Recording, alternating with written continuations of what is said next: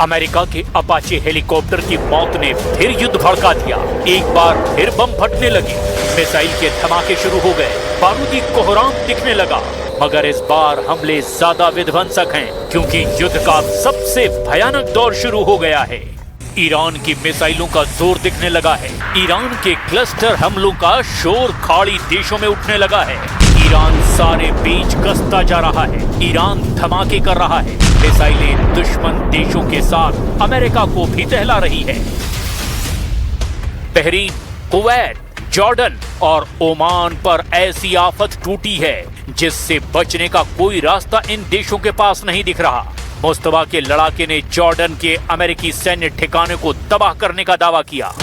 IRGC ने दावा किया कि उसने जॉर्डन के अल अर्जाक एयरबेस पर 12 बैलिस्टिक मिसाइलें दागी है और अमेरिकी सैन्य ठिकानों और लड़ाकू विमानों को कबाड़ बना डाला है। IRGC ने दावा किया कि अल अर्जाक एयरबेस पर हमले के समय F-35, F-15 और F-16 जैसे लड़ाकू विमान मौजूद थे।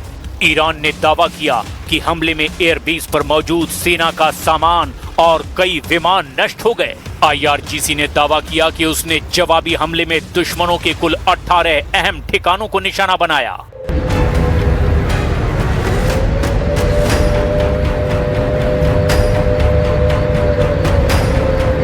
ईरान की बैलिस्टिक मिसाइलें जॉर्डन पर कहर बनकर टूट रही हैं। ये तस्वीरें ईरान के हमलों का छोटा सा ट्रेलर है, जिसमें साफ साफ दिखाई दे रहा है कि कैसे ईरान के मिसाइलों ने अमेरिका की पैट्रियट डिफेंस सिस्टम को चकमा देकर अमेरिका को भारी नुकसान पहुंचाया है। ईरान ने जॉर्डन के मुअफ्फह अल साल्टी एयरबेस को सबसे बड़ा टारगेट इसीलिए बनाया क्योंकि यहाँ ट्रम्प के F-35 जंगी जेट तैनात रहते हैं। बहरीन ने ईरान के हमलों से हुए नुकसान की तस्वीर भी साझा की। बहरीन में ईरान के ड्रोन बम फटे हैं। ड्रोन विस्फोट से बहरीन की ये बिल्डिंग ढह गई है। बारूदी धमाके से बिल्डिंग के आसपास खड़ी गाड़ियां भस्म हो गई हैं। ईरान हथियारों से जवाब देने के साथ ही अमेरिका और इजराइल को फ्यूल बम से दहलाने की धमकी दे रहा है।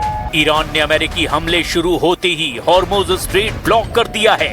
ईरान हॉर्मुज के साथ दूसरे तेल रूट बाब अल मंदेब पर पाबंदी की तैयारी शुरू कर चुका है।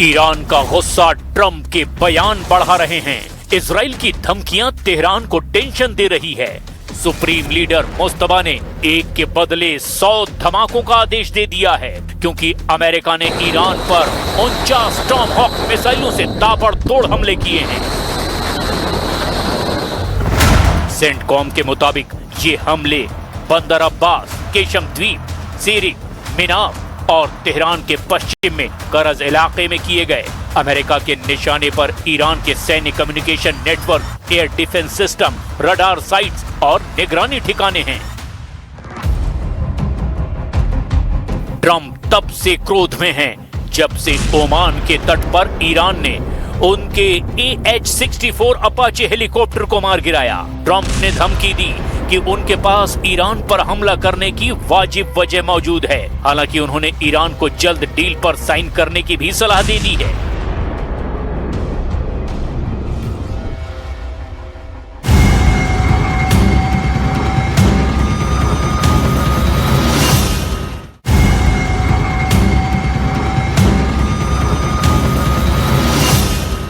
Based on the helicopter, I guess we have the right to do that. You know, they shot down a very incredible, actually an incredible machine. And look, I've been working with Iran for a number of months, and they should sign their deal. It's a good deal. It doesn't give them the right to have a nuclear weapon. Trump दो नाव की सवारी कर रहे हैं। एक तरफ युद्ध भड़का रहे हैं तो दूसरी तरफ ईरान को डील करने के लिए धमका भी रहे हैं। लेकिन ईरान का स्टैंड बिल्कुल क्लियर है। ईरान अब किसी डील के ट्रैप में फंसने के लिए तैयार नहीं है। ईरान के कमांडर अमेरिका से अब आर पार के युद्ध को तैयार हैं।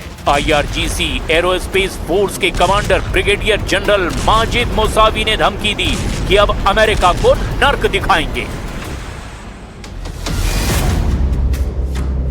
कमांडर मोसावी ने ये धमकी ईरानी सेना के खातम अल अंबिया सेंट्रल हेडक्वार्टर से दी है। कमांडर मोसावी ने अब 6 दिन नहीं, 6 हफ्ते नहीं, 6 महीने तक युद्ध करने के लिए तैयार रहने की धमकी दी है।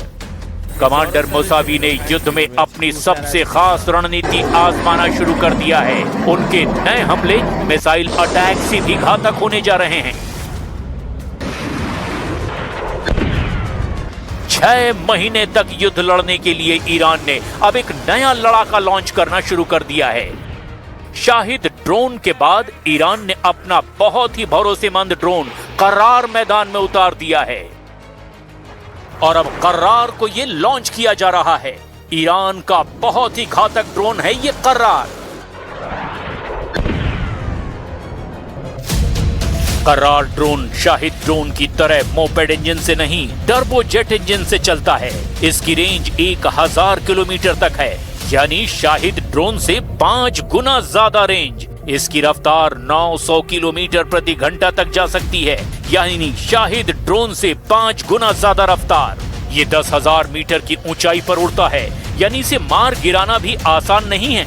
सबसे खास बात, ये एक फाइटर जेट की तरह काम करता है, क्योंकि ये 250 किलो तक का बम भी गिरा सकता है और air to air missile Shafaq भी फायर करता है।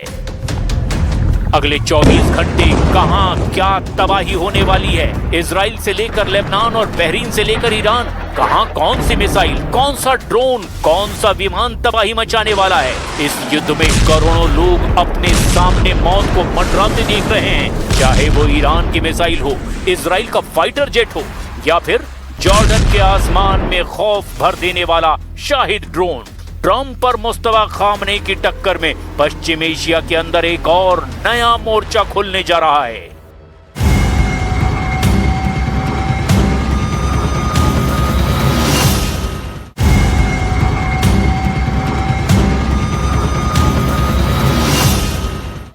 ईरान समर्थित यमन के हूथी लड़ाकों ने ऐलान कर दिया है कि अब वो बाब अल मंदेब से किसी ऐसे जहाज को गुजरने नहीं देंगे जो इजराइल से जुड़ा हुआ है।